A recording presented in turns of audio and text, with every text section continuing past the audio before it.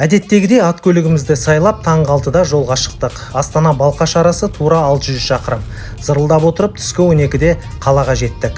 Орталықтан алдын ала 3 күнге жалдап қойған пәтерімізге орналасып, түскі ас ішіп алған соң бірден көлге тарттық. Алдымен түсуге қолайлы деген Шұбартөбек ауылындағы жағажайға бардық. Қаламен арасы жарты сағаттық жер. Суы таза, көлдің жағасы құм, таяз деген балалардың жұмағы. Жағалауда тегін киім ауыстыратын орын, дәмханалар мен дәретхана да бар.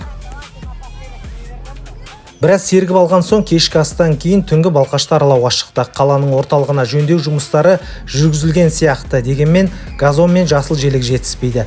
Мүмкін өспейтін де шығар. Сквермен жүріп отырып, көлдің жағалауына тарттық. Жолда мәдениет үйі бар екен. Оның артындағы саябақта балалар көлік теуіп біраз ойнады. Ертесінде туристер көп баратын Тұраңғылық ауылына тарттық. Ол Балқаштан 40 шақырым жерде. Көлді жағалай орналасқан демалыс орындарының маңынан көлік қоятын ақылы тұрақта табылды.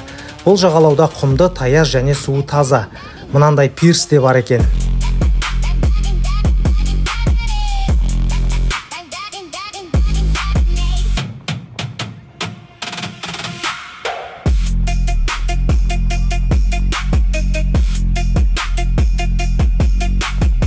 Шұбартөбекке қарағанда адам көп сияқты көрінді.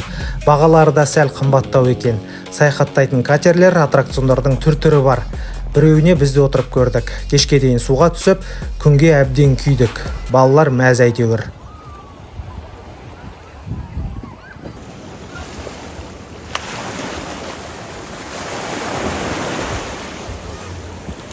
Бұл күні кешкі асты басқа жерден іштік. Ел мақтаған Лағман хананың тамағы бізге ұнамаған соң басқа ұлттық мейрамхананы таңдаған едік. Тағамдары дәмді, тойымды болды.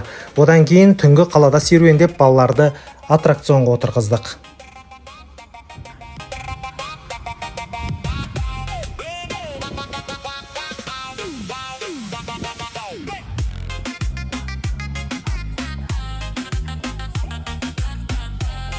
Осылайша 2 күн Шұбартөбекте, 2 күн Тұраңғылықта армансыз суға шомылдық. Бұл екі ауылдағы демалыс орындарының бағасы шілде айында аспандап кетеді екен. Сондықтан маусым не тамыз айында барған дұрыс дейді жұрт.